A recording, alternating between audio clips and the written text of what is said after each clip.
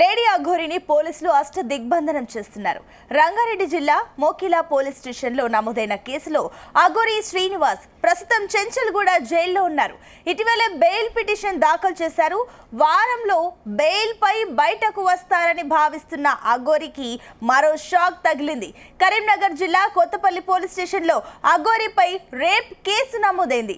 రాధిక అనే మహిళ ఇచ్చిన ఫిర్యాదుతో అఘోరి శ్రీనివాస్ పై రేప్ కేసు నమోదు చేశారు పోలీసులు. సనాతన ధర్మం పేరుతో బాధితురాలని ఫోన్లో పరిచయం పెంచుకొని అఘోరి శ్రీనివాస్ కొత్తపల్లి కెనాల్ వద్ద మహిళతో అసభ్యకరంగా ప్రవర్తించాడు. బలవంతంగా కొండగట్టుకు తీసుకెళ్లి మెడకు తాళి కట్టి అత్యాచార యత్నం చేయబోయాడు. తర్వాత బాధితురాలిని బెదిరించి 3 లక్షలు అకౌంట్కి ట్రాన్స్ఫర్ చేయించుకున్నాడు. ఇక రాసలీలల అంశం బయటకు చెబితే చంపేస్తానంటూ బాధితురాలిని బెదిరించాడని ఎఫ్ఐఆర్లో పేర్కొన్నారు పోలీసులు.